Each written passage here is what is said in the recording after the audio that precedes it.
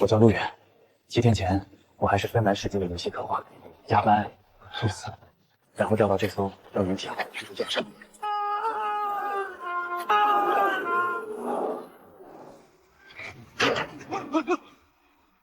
去看看什么情况。是。快拖进去！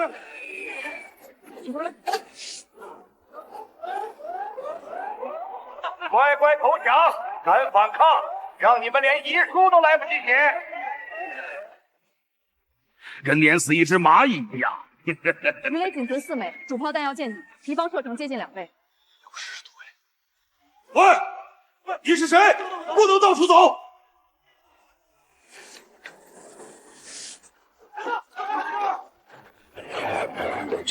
这是在打仗吗？不行，我得想想办法。还在这儿。海图借我看一下。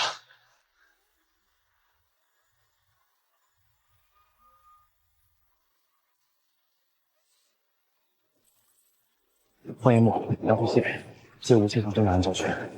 陈建仁的命，你拿什么比？也是死。老莫，荒野木，全舰佯退西北。好的，收到。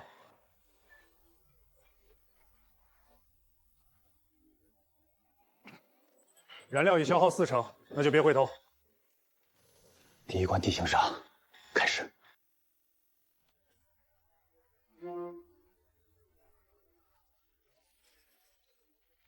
老旧雷达只能捕捉大目标轮廓，海盗主力停在雾外，只有2个小亮点在雾中试探性的布局。黑胡子不傻，雾一散，我们还是活靶子。是不是他们所有船都能听到这个频道？那就好办了。黑胡子是吧？折腾半天，连艘驱逐舰都拿不下来。主力不敢动，小船不敢追。你打的是海战还是乌龟战？废物！给我追，但别走远了。我想看看说这话的人长什么样。这是激将法，黑胡子。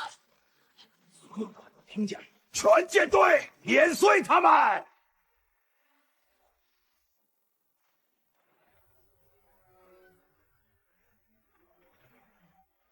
追上去，别让他们钻进郊区。船长，前面雾太厚，暗礁太密。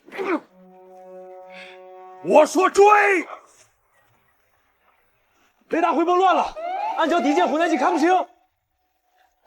老莫，T399慢车。明白。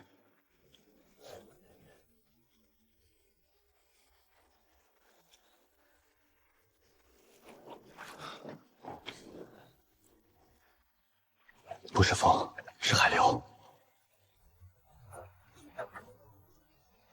关引擎，别跟暗礁抢方向，让海流带我们飘进去。熄火，后面全是海盗。他们看不见流，只看得见我们。引擎关闭。这不是开船，这是从刀缝里穿过去。船长，他们熄火了，可能是想借雾甩开我们。熄火就等死，别开主炮，先咬住他们。船长，他们熄火了，可能是想借雾甩开我们。熄火就等死，别开主炮，先咬住他们。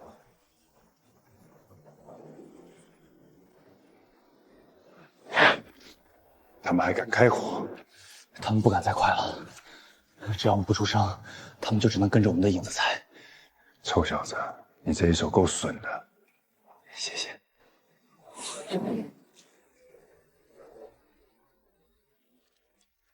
鱼雷舱准备。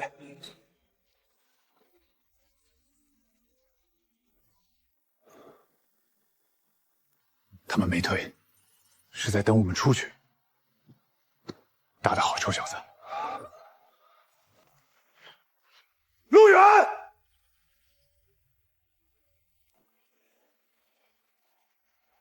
，4枚打6个，怎么打？不打6个，只打前2个。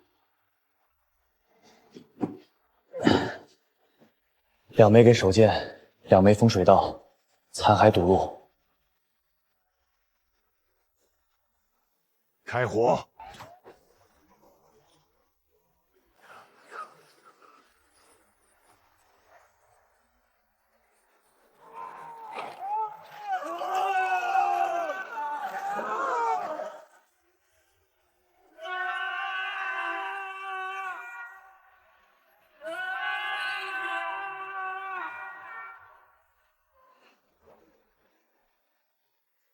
你这脑子怎么长的啊？被游戏玩家骂出来的。嗯，舰长，燃料估计撑不到回城了。刚才全速机动消耗远超预期，弹药见底，再遇敌人，一轮齐发都撑不住。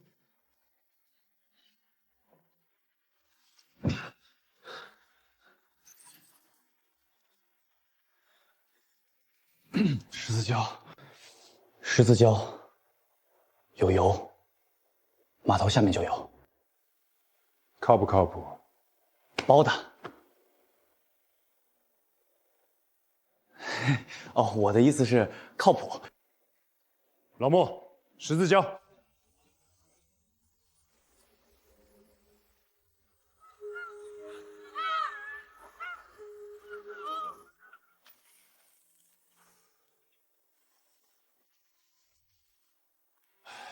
抬我休息舱，睡甲板怕被海鸥叼走。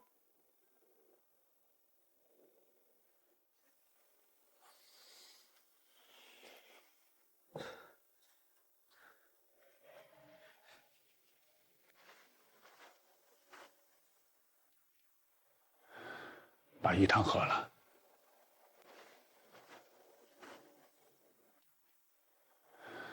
把一汤喝了。你就是那个从天而降的参谋，听说你晕船？是，晕船好啊，晕船的人知道海有多难。参谋大人，你那地形鲨太帅了！哎，干活。舰长，最后一碗鱼汤给他盛了。臭小子，昨天暗礁区干得不错。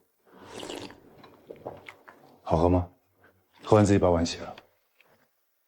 虽然靠岸补接了燃油，但船体多处受损，暗礁区机动超出舰体承受极限，主炮底座有裂纹，战斗力大幅受损。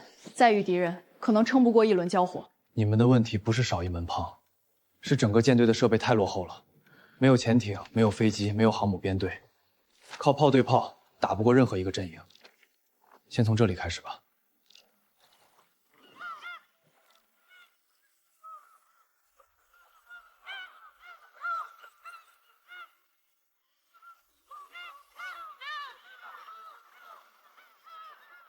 舰长，距神州潮域还有1000海里，以当前航速，至少1天。非必要供电已暂停，燃料储备已经见底，建议在十字礁休整半天再出发。炊事班已经上岸找吃的了。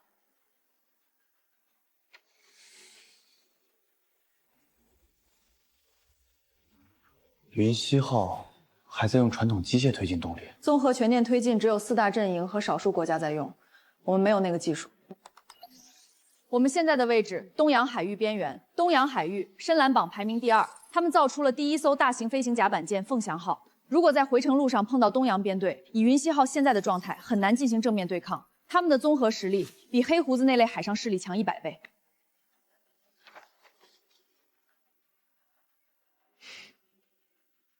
蓝盾，大洋联邦的咽喉，10艘航母，200架战机，一波攻击，让蓝盾从这个世界上消失。此战代号天雷反，从天而降的雷霆，一击必杀。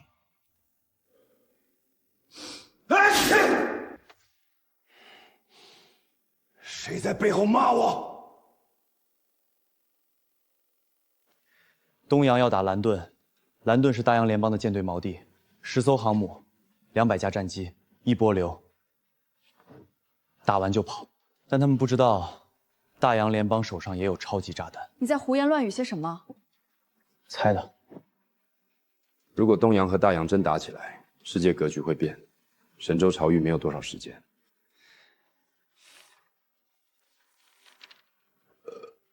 吃饱了，开工。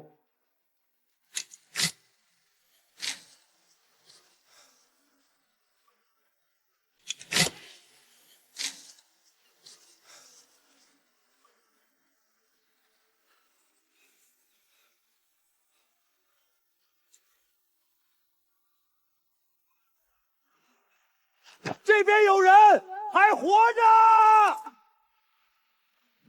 舰长，炊事班在礁石上捡到个人，女的，带上来，先救人。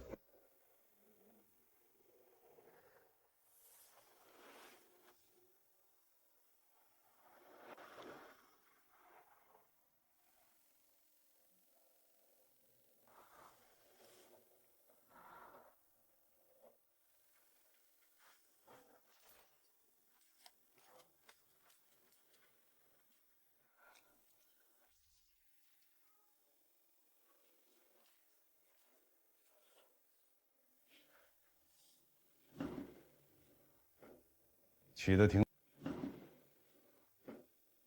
得挺早。厨房在甲板下面第2层，有粥。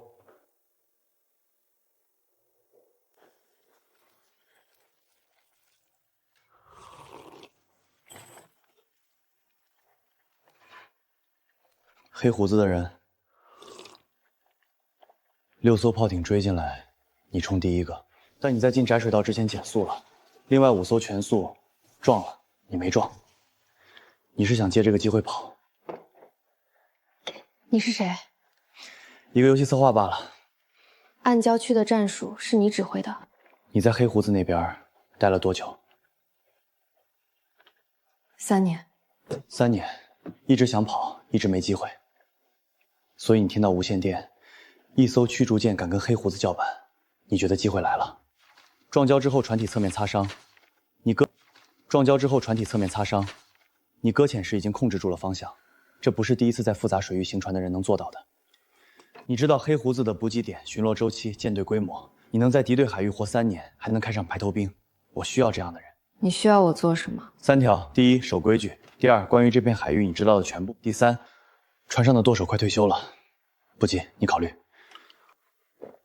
我和陆远，这艘船叫云溪号，云溪号舰长叫安瑟，他不好说话，但守规矩就不会找你麻烦。那个俘虏不是俘虏，黑胡子的雇佣兵，等了3年想跑，在无线电里听到我们被追击，觉得我们是他的机会。结论，他会掌舵，会侦察，知道这片海域的补给点位置和巡逻周期，我们需要他。你担保。先在炊事帮洗碗，观察3天。跑了，你负责追。他不会跑。那就更危险。东洋帝国方向截获加密通讯，信号很强，方位东北，距离约300海里。时间差不多了。什么？没事，记录下来，以后有用。报告，遭遇海盗，6艘炮艇，全歼，自身消耗4枚鱼雷，主炮弹药见底，舰体轻度损伤。谁指挥的战术？陆远，在海上捡到的，战术推演能力很强。暗礁区地形利用你定的。安塞在报告里说，你判断东洋帝国要打蓝盾，是。判断依据是什么？直觉加分析。好，我不问来源，我只问一件事：如果东洋和大洋真打起来，4大阵营的平衡会被打破，神州潮域会被卷进去，我们用什么抵抗啊？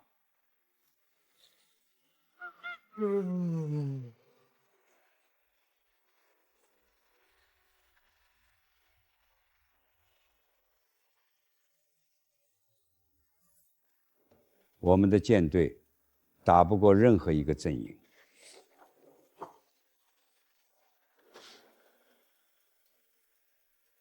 用这个。画的不错，但图纸不是船。我知道，需要船坞，需要焊接工，需要钢材。在现有技术条件下，如果能拿到干船坞使用权，加上足够熟练焊工，从扑龙谷到下水最少需要18个月。如果东洋和大洋全面开战，他们的主力舰队会被牵制在远洋，我们有18个月的时间窗口。钟铁民，神州第1船厂总工程师，神州最好的焊接专家。如果他说能做就能做，如果他说不行，如果他说能做就能做，如果他说不行，你这张图纸只能用来糊墙。明天你去船厂见他，带上你的图。今天不能去。今天你先去海事学院报道，院长许宁已经等了3天，他对你的战术推演很感兴趣。小伙子，在神州一张图纸要变成一条船，你需要说服的人不止我一个。先去把许宁拿下。还有一批学生等着学现代海战。如果你能教，那你就不只是安塞的参谋，你是神州的教材。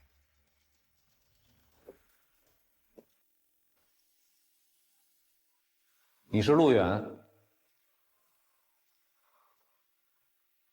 安塞跟我提了，4枚鱼雷封死6艘炮艇。这个待定贴了5年，贴上去的时候我还以为年底就能撕掉。地形战术，明天上午8点，6号教室。安瑟说你晕船，晕船好，不晕船的人上了船光顾着看风景，晕船的人知道海不是拿来浪漫的。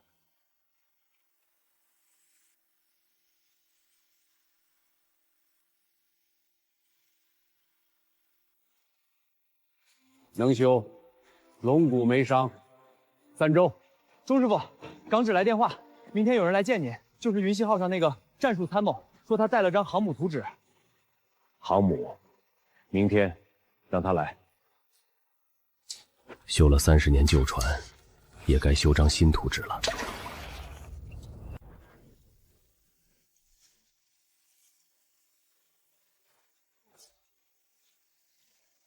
炊事班说你晚上没吃。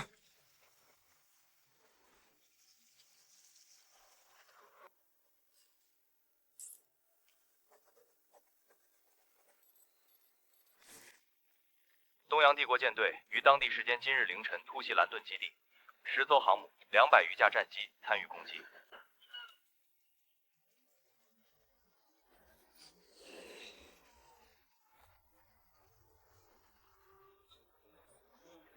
大洋联邦已对东洋帝国宣战。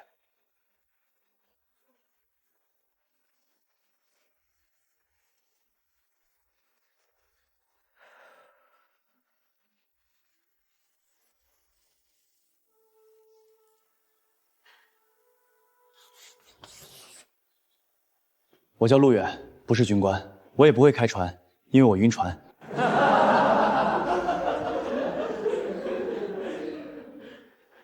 你为什么不笑？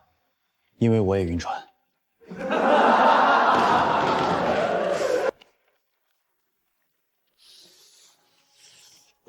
1周前，东洋帝国海域边缘，一艘驱逐舰遭遇6艘炮艇追击，驱逐舰只剩4枚鱼雷，燃料见底，主炮弹药见底，主炮弹药见底。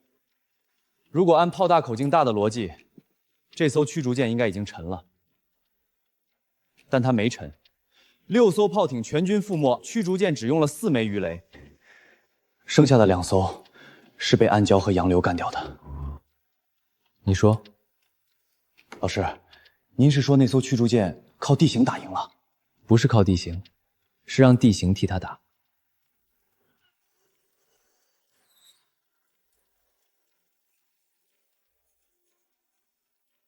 18个月，够紧的。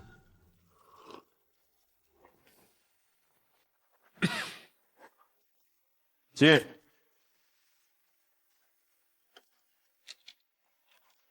今天的老师当的怎么样啊？还行，但神州的学员底子确实太差了。18个月造航母的计划太慢了，我希望你能帮忙约上元帅和高层集体开个会，我有些建议要说。什么建议？明天会上说。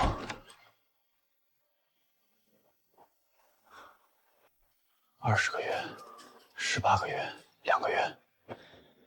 在陆远立下军令状之前，没有人相信神州能拥有航母。18个月已经是最乐观的估算，但陆远说太慢了。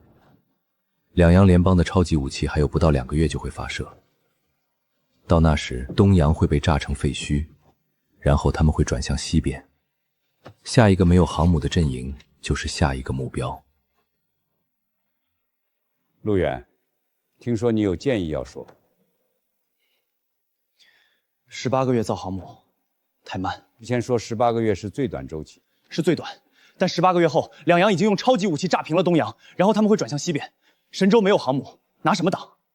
所以8天，我立军令状。既然造不出航母，那就买1艘。买？找谁买？乌苏，他们有1艘退役航母乌格里号，修了6年，动力系统被拆了一部分，修不起。弱国无外交，以神州的海上影响力，根本无法与强国对话。乌苏凭什么卖给我们？因为他们需要钱。你打算怎么去？怎么回来？4个要求：第一，强行让云溪号复出。钟师傅说龙骨没伤，3周能修好，我等不了3周，能开得动就行。第二，去一趟乌苏。第三，要6艘救助拖船。第四，云溪号全员必须一同跟随。你拿什么保证？我不保证。但如果不是，神州连赌的机会都没有。我是舰长，我同意。散会。这件事暂时不定。你到底打算拿什么换航母？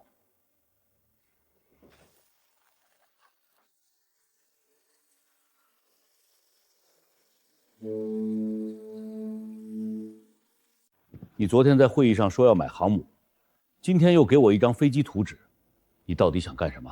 航母是船，船要能打，上面得有飞机，折叠机翼，减小甲板占用面积，着舰尾钩结构在这里。这个设计你从哪里弄来的？我知道，所以这个等我回来之后再说，先保密。你最好活着回来，图纸锁抽屉里，不会跑，你跑了我就没法问了。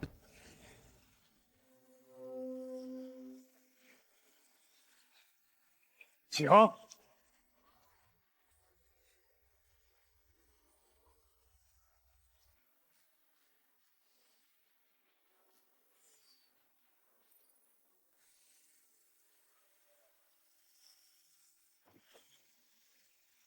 天气。气压在掉，明天下午有浪。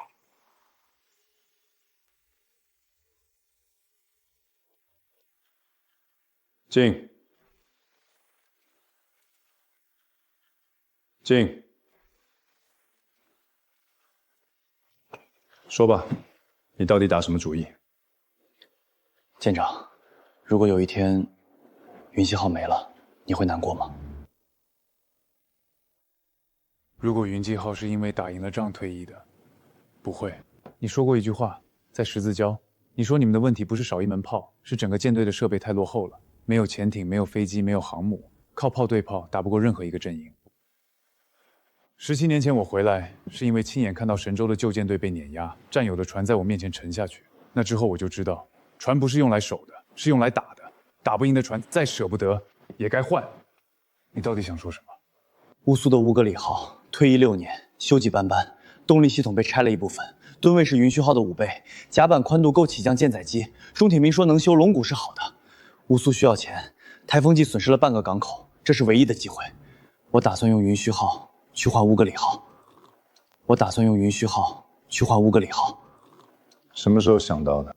上课那天晚上，钟铁民说20到18个已经是极限。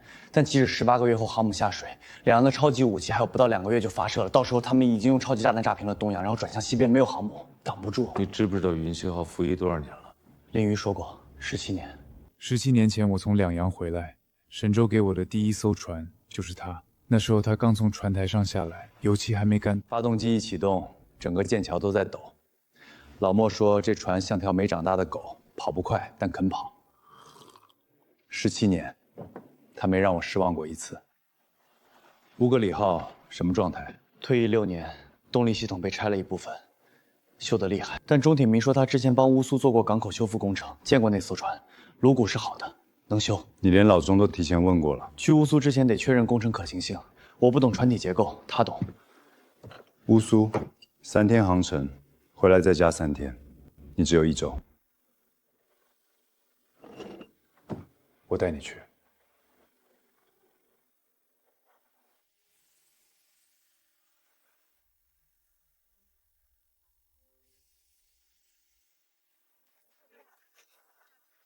舰长，截获通讯，铁血联邦潜艇，编号未识别，方位东南，距离大约50海里。根据通讯频率判断，应该是暗影级常规动力潜艇，被动声呐覆盖半径大约30海里。如果航向不变，2小时后我们会进入它的探测范围。能绕开吗？绕开要多加1天航程。往北是暗礁群，云溪号现在吃水太深过不去；往南是开阔大洋，但拖船航速跟不上。如果我们提速，拖船会被甩掉。拖船跟不上，甩掉拖船，到了乌苏也拖不走航母。铁血联邦的潜艇航线固定吗？根据通讯呼号规律和信号程度变化判断，这艘潜艇在按固定航线巡逻，巡逻半径和周期都有规律。潜艇在水下，被动声呐只能听。如果我们停下来，关引擎，所有人静默，它会从我们旁边开过去，飘3个小时，等潜艇过去，然后继续走。拖船也停下来，在海中央飘着。林宇，把停车坐标和时间算出来，发给各拖船。从现在起，无线电保持最低功率，非必要不通讯。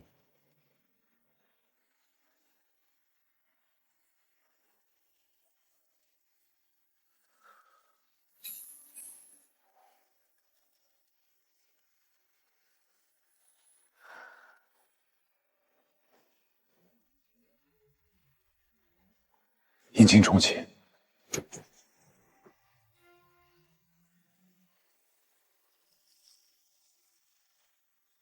这一切后，陆远知道，穿越暗礁、收编海盗、穿越潜艇封锁，这都不是最难的，最难的部分才刚刚开始。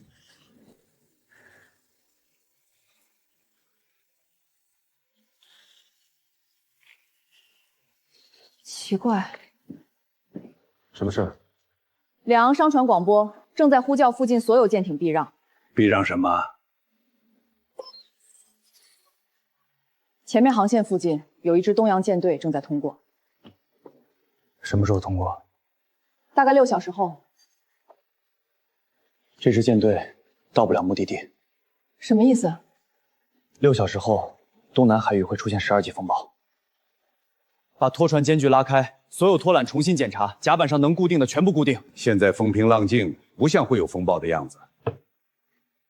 再过6小时就不是了。照他说的做。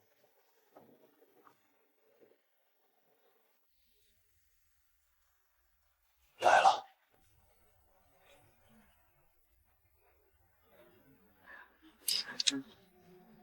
再不改向就来不及了！保持航向。你疯了！相信。保持航向。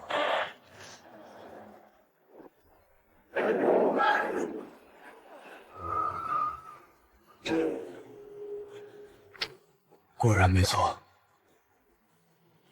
风暴也开始移动了。收到国际海事频道紧急通报。什么情况？东洋舰队失联了。最后通讯时间40分钟前，位置就在风暴中心。舰长，前方发现大型目标。商船？不像。那是乌苏海军基地外围锚党，我们快到了。报告，前方发现大型目标。这就是航母。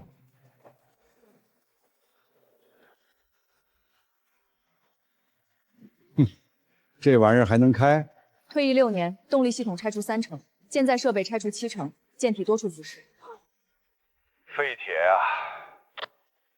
废铁。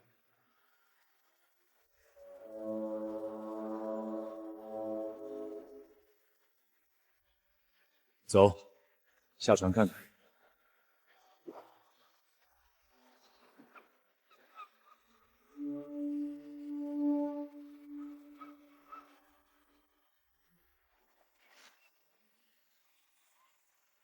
怎么了？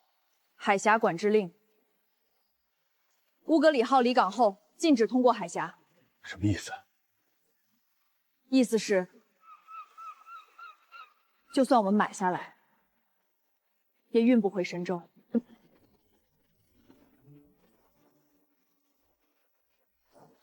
风暴损失统计出来了，多少？2艘护卫舰重创，1艘补给舰失踪。还有一件事，神州的人到了乌苏。神州想买航母，是。买吧。昨晚东洋发布最新战区公告，南部海域全面升级为管制区。什么意思？所有大型舰艇进入该区域将被视为战争参与方，会受到东洋方无差别打击。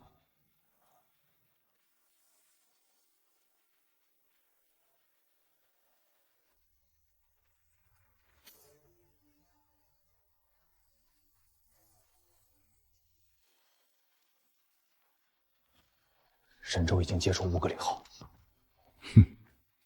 接触有什么用？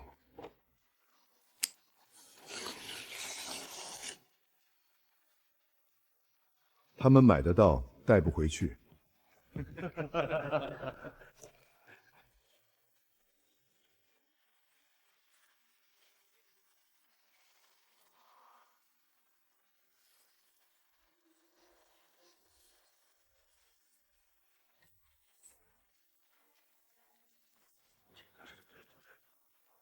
不可能，那条航线已经20年没有船走过了。别人走不了，但我们可以。 23年前，有记载的最后一支船队走过这里。这里要经过风暴洋流区、暗礁带、补给真空区。后来有3艘货轮想从这里经过，全都失败了。所以这路废了，不是废了，是没人敢走了。所有主航道已完成部署，一只苍蝇都飞不出去。神舟如果想返航，必须经过我们这片海域。乌格里号没有动力，拖着那么大的东西，他们跑不了。还是您英明。神舟是什么地方？他们也配有这样的大船？20年前的资料谁会保存这么完整？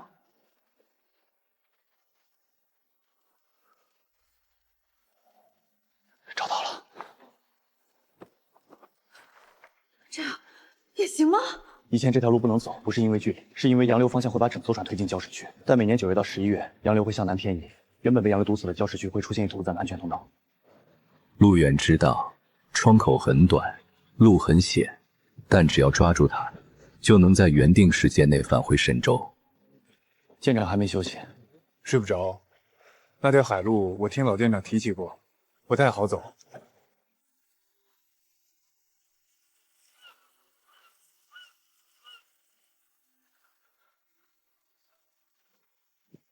如果你们决定交易，还需要把云溪号留下。什么意思？你是说，要拿云巨号换乌格里号？另外，即便完成交易，乌苏也无法保证乌格里号能够返回神州。东洋已经封锁主航道，旧航线20年没人走过。如果失败，所有人都会留在海里。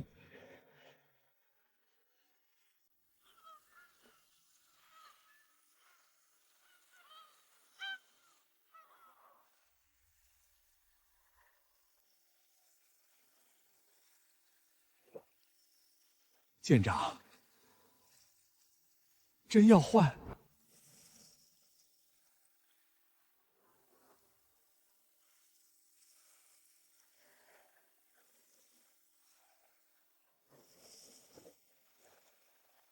？17年前，我第一次登上它的时候，发动机响得像拖拉机。那时候没人觉得它们撑多久，钢板老，火炮旧，跑起来整条船都在抖。 结果一跑就是17年。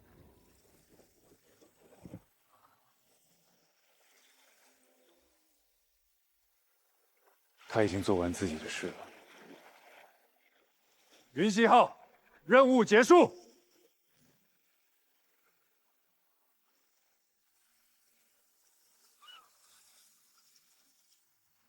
以后，这就是我们的船。 从现在开始，它属于你们了。祝你们好运。准备出海。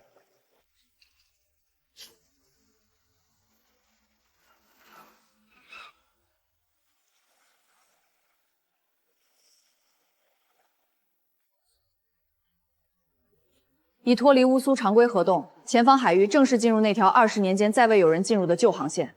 这真是人能走过去的吗？ 拖船编队间距已经拉到极限，再往里走，只要有一艘拖船支流偏了，乌格里号这种体量就会被带进暗礁区。旧航标偏移严重，20年前的标记点已经有一半对不上了。前方5海里发现废弃浮标群，这地方以前是主航道，以前是，现在不是了。洋流南移之后，主回流带整体偏了8码。这样的话，你是说不但能过，还能节流省1天？但窗口只剩3个小时，天一黑雾起来，我们就得死在这儿。老莫，贴浮标群外侧，右侧拖船加半缆，让乌格里号吃回流。明白。 7码、5码、3码，骆驼拖缆受力异常，船尾被带偏了。停左一，右2、右3贴进来，顶住。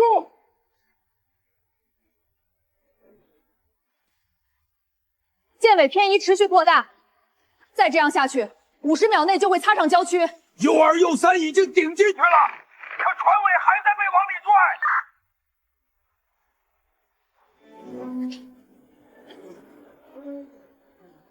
舰尾从距离礁区2码，右2拖船被乱流顶偏了，再不修正角度，它撑不住。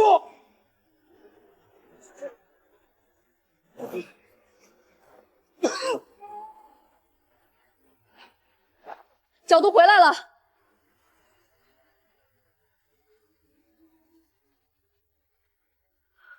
脱离礁区。过了。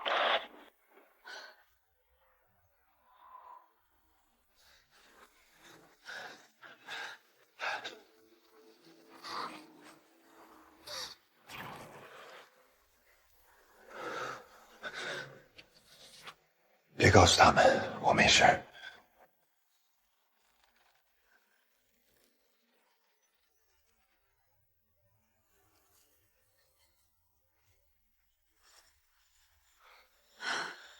已脱离第1段礁区。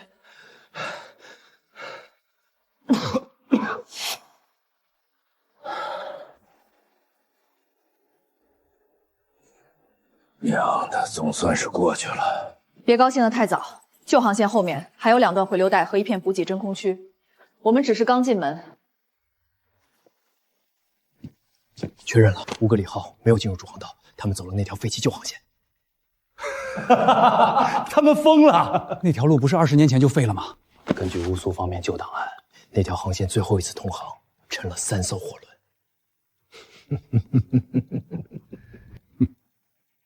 那就不用管了。 就凭那艘毫无动力的旧航母和一群不知道天高地厚的蝼蚁，通过那片海域，简直痴人说梦。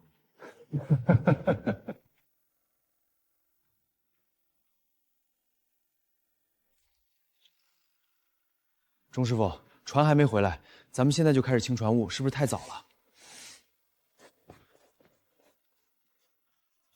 把东窝腾出来，调车焊工轮机班。 明天开始待命。可船还没回来，他会回来。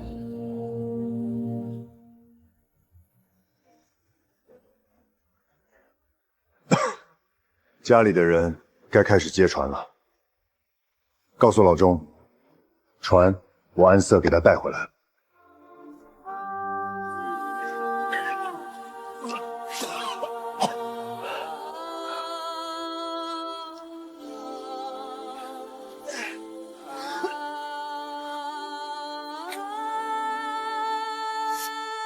最后1段航程了，如果不出意外，明天天亮前我们就能进入神州近海。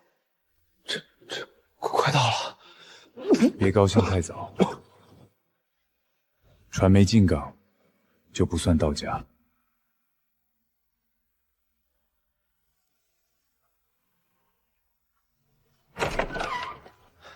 钟师傅，东屋已经腾干净了，加固梁、烂位、电缆槽都按你说的备好了。 老师，您真觉得他能回来？院长，他们真的会把航母带回来吗？会不会不重要，重要的是，从他们决定去接那艘船开始，神州的海军就已经和以前不一样了。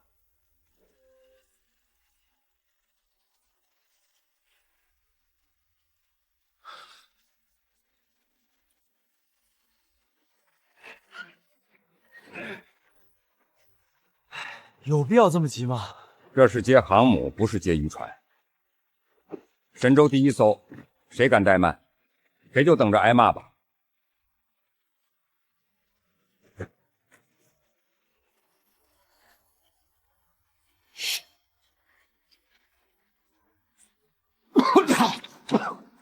别出声！看见了吗？那是神州的灯。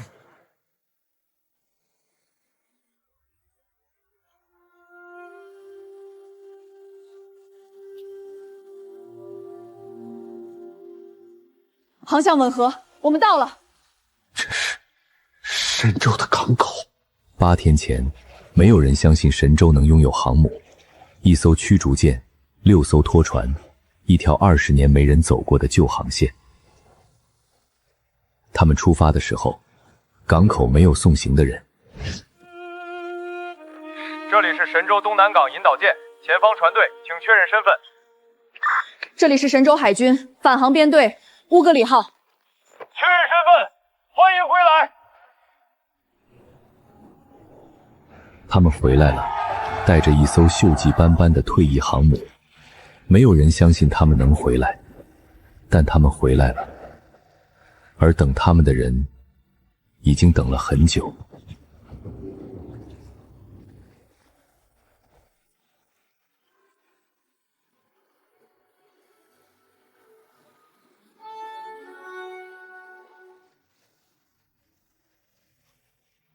天亮了，打不赢的船是该换了。舰长，陆远，航母我给你带回来了。他把船带回来了，把所有人都带回来了，除了他自己。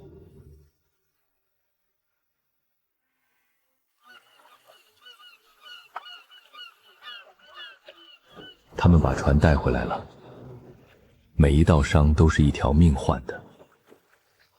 这不是庆功，这是送行。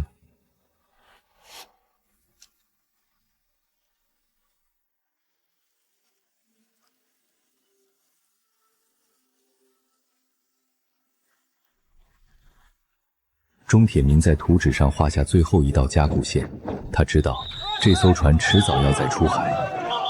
铁鸟的翅膀第一次展开，神舟航母的利爪才刚刚打磨出刃。周鹏已经吐了7天，可他每天吐完还是会走回去，因为他知道真上了天，没人等他吐完再开火。整艘船都在抢时间，可抢时间的每一个人都会在路过舰长室时不自觉地放轻脚步。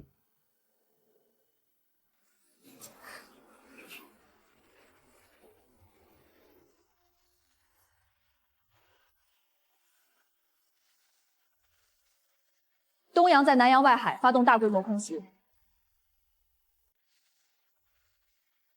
东洋在南洋外海发动大规模空袭，一队传统主力舰队遭到连续打击，数艘战列舰与巡洋舰被命中起火。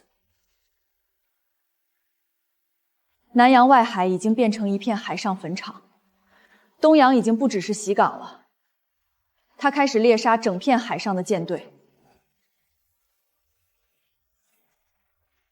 蓝盾遇袭之后，东洋开始向整个南洋推进自己的海权。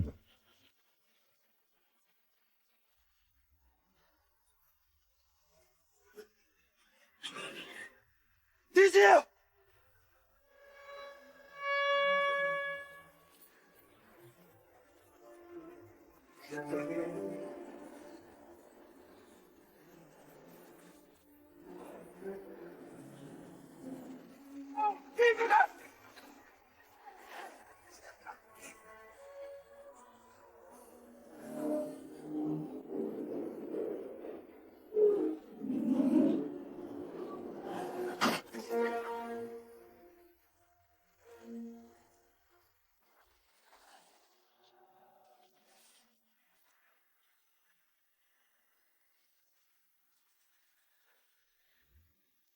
如果继续这样打下去，最先被碾碎的不会是强国，而是我们这些小国。深蓝联合国提议立即推动现战和平倡议、海权合约，限制冲突升级，保护小国港口与中立航线。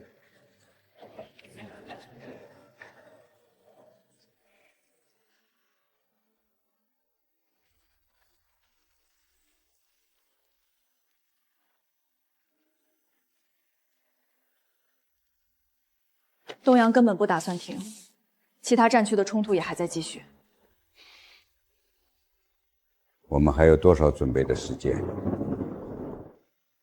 暴风雨估计马上就要来了，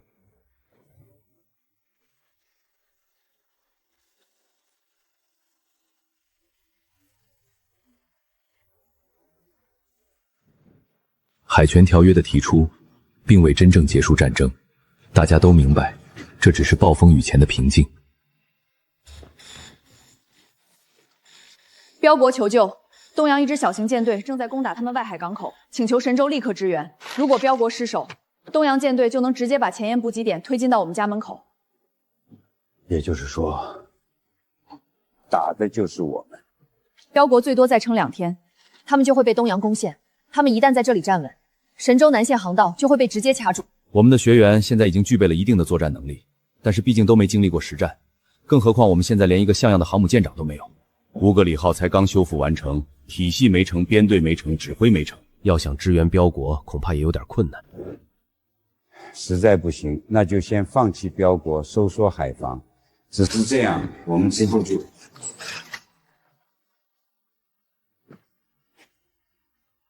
不能收，这仗不只是救标国，也是救我们自己。打，我们接了。这艘船是安塞拿命带回来的，为纪念他，今天起，他叫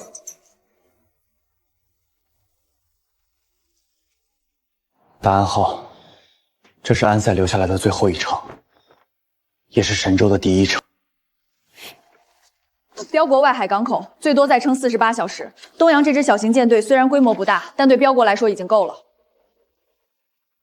我们有多少把握？东洋不会想到我们敢去。为什么？因为在他们眼里，神州刚把船拖回来，一艘破船，连新的舰长都没有。这种时候我们怎么打？所以，我们才一定要打，打他个出其不意。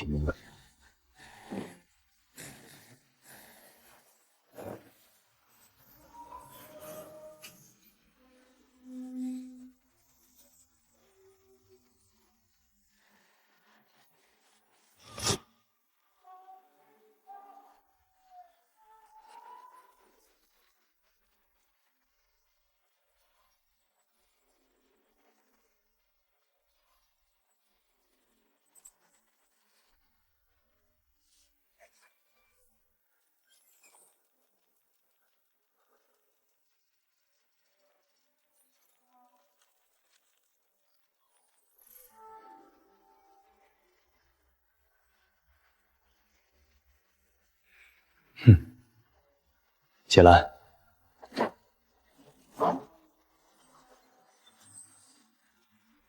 这艘刚刚拥有名字的船，终于第一次以神州之名驶向战场。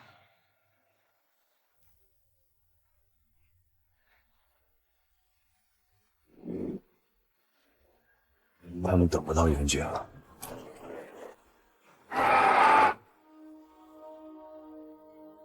东洋主力舰队目前全部压在主航道。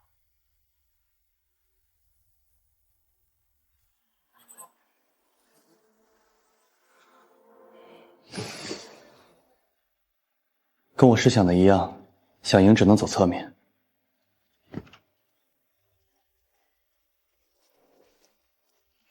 老莫，按潜水直线切。收到。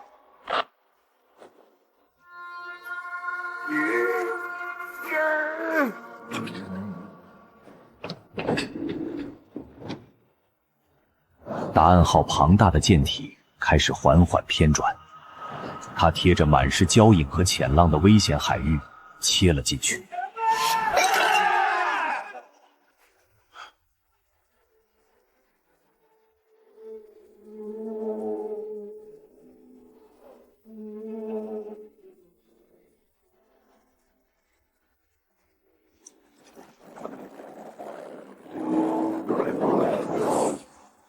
臭小子，真飞出去了！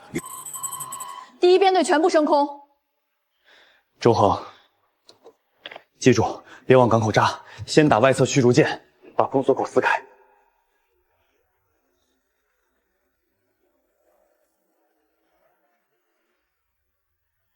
右后方，敌机！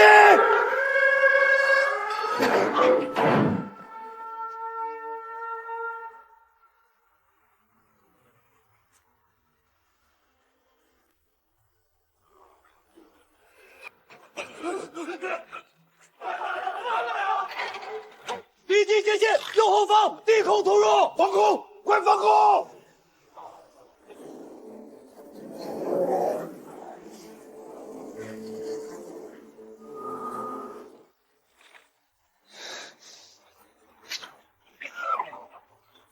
周航，不要追主力，先打外侧驱逐舰，把封锁口撕开。明白。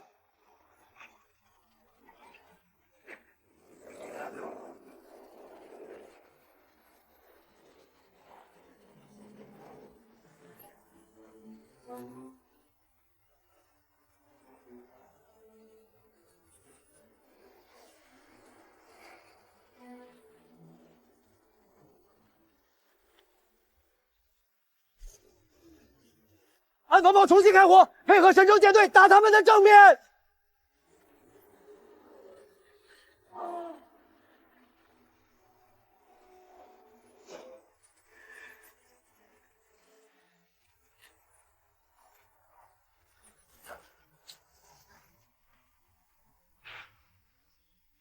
他们真的来了！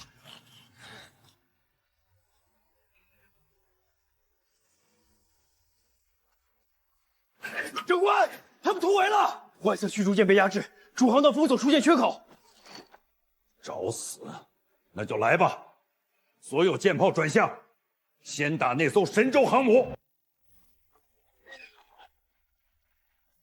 报国外海传来急报，神舟航母介入战场，外侧驱逐舰被压制，封锁口已经被撕开。哦，乌苏那艘破船真让神舟拖回去了。小小神舟。 有了航母又怎样？不过是偷袭了我们一支小舰队。派第7小队去支援，别让他们活着回去。非常过潜水线，神舟的指挥官有点意思。敌方2艘驱逐舰正在转向，炮口锁定了达安号。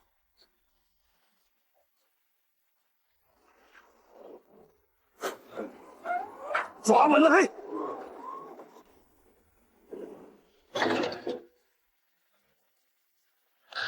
周恒，第2轮压上，目标还是驱逐舰，打火控，打防空，别让他们重新封口。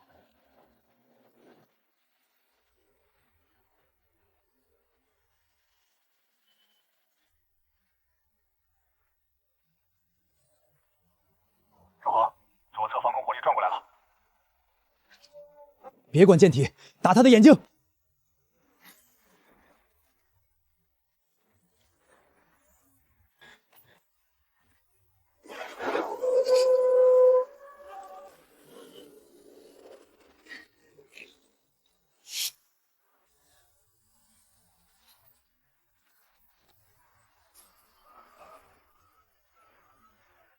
跟上同舟舰队，把东洋压回去！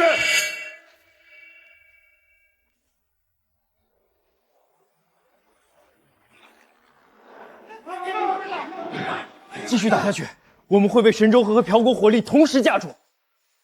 撤，先撤出包围火力范围。东洋小舰队后撤，封锁解除。我们赢了。这只是第1关，更难的挑战还在后面。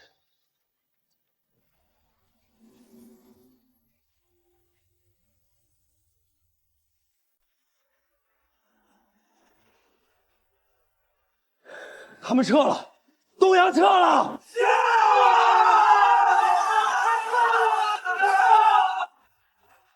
太爽了，舰长，继续追上去，狠狠干他们！撤退？为什么？他们现在乱了，趁胜追击呀！第1编队油量不足，第2轮攻击后必须返航整备。达安号舰体系统也还没完全稳定，有一些报错，不适合持续作战。全舰听令，停止追击，立刻调整航向，返航。第2轮战斗马上就要开始了。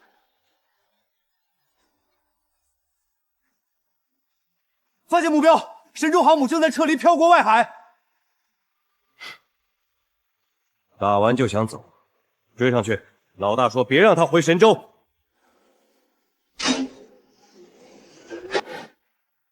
侧翼发现高速接近目标，至少1艘巡洋舰，3艘驱逐舰。老莫，按原航向进岛郊区。那地方水道太窄，达安号进去不好转身。那地方水道太窄，达安号进去不好转身。他们也知道我们不好转，会认为我们自寻死路。只要他们追进岛郊区，利用地形把他们阵容切开，然后借助地形优势包围他们，到时候我们才有机会反打。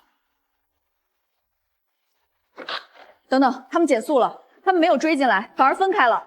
这不对，按照游戏的设计，追击方应该会急着冲进来，试图趁达安号状态不稳迅速击破。可这支东洋舰队没有，他们怎么像是提前知道了这里不能追进来？这样一来，达安号反而把自己送进了包围圈。不对，我们不能再深入了。不对，不能再往里走了。左侧出口被封，主出口被巡洋舰压住，右侧水道也快被堵死了。他们正在对我们形成包围圈。舰长，怎么说？我们现在怎么走？去这里，这是最远的出口。他们没上当，趁他们还没完全堵下来，赶紧冲出他们的包围圈。全舰听令，不反打，不追击，所有火力集中一个方向，坐标3点钟方向，跟着达安号走，把那个口撕开。东洋驱逐舰正在抢占最后出口，距离封口还剩3海里。目标只有一个，拦住那艘堵口驱逐舰就行。收到。他们要冲东南方的出口，所有火力现在放开，拦住他们！不要恋战，只要把他逼开。达安号一出去，立刻撤。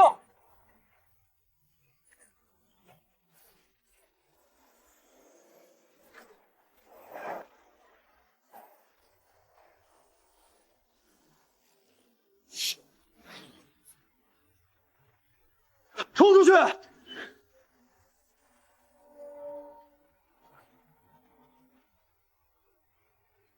冲过去了，我们冲出去了！你们先回去，那艘驱逐舰不行了，我去把它打穿。有好，撤回来，任务完成，不要追。锁住他，别让他跑了。周恒立刻拉升返回。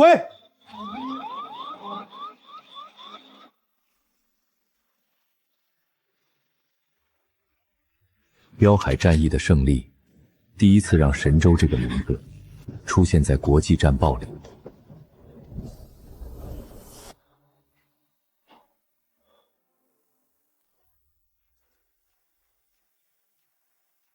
第7舰队竟然没能击撤达安号，我们已经按照上川军师的安排，在岛郊区包围达安号，可还是让他从最后一个出口逃了。潜水线、岛礁伏击，还知道全力突围，有意思。上川，你说什么？越来越有意思了。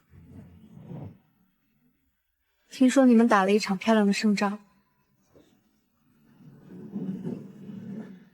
真正的战争，现在才开始。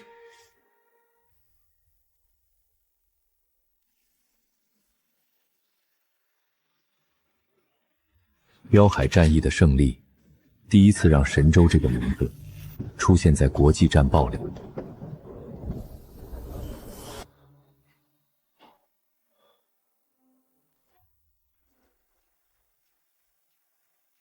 第7舰队竟然没能击撤达安号，我们已经按照上川军师的安排，在岛郊区包围达安号，可还是让他从最后一个出口逃了。潜水线、岛礁伏击，还知道全力突围，有意思。上川，你说什么？越来越有意思了。听说你们打了一场漂亮的胜仗。